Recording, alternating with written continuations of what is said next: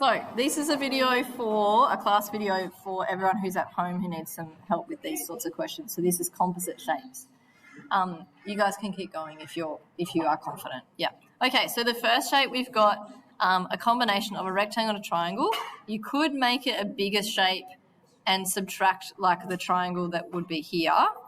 But what's probably more sensible is splitting up the shape into two and finding the area and adding them together. So we've got area 1 and area 2.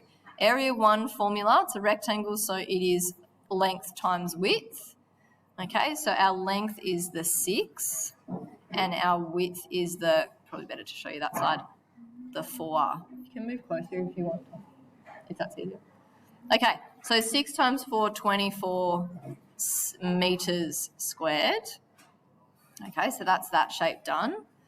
Area 2 is a triangle, so our formula for triangle is base times height divided by 2. Just give everyone a chance to catch up. Okay, so base times height divided by 2 for our formula. So our base is along here. Now there's no measurement there, but we know the opposite side of a rectangle is equal, so it is 6. Oops. 6 times our height, which is listed there as 3. Now I know that that's a 3 because it doesn't, the arrow there doesn't go all the way down. Okay, so it's just a 3. So divided by 2, sorry. So 6 times 3 is 18, divided by 2 is 9.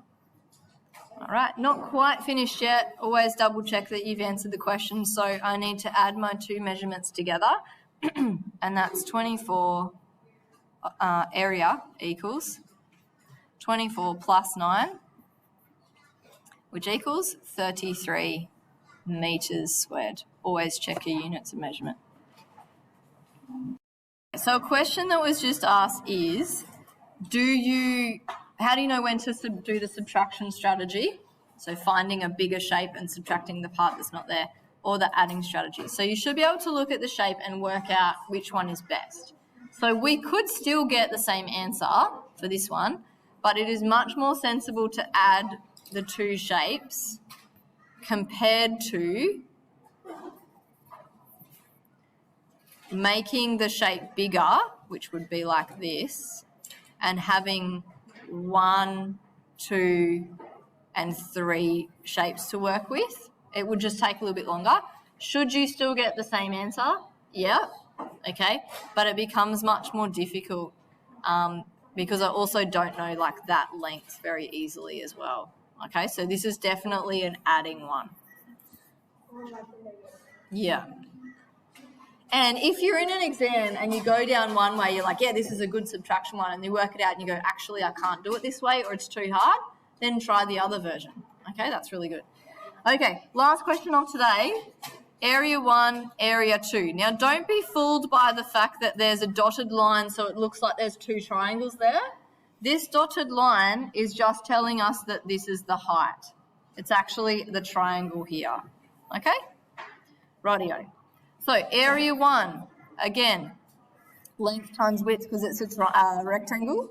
My length is 40. My height is 10. Okay, so 400 millimeters squared. Okay, good, done. Now, this is the triangle I'm working with now. This is area 2. Okay, my length is, my base, sorry. Oh, hold on, formula, base height over 2. My base is how long?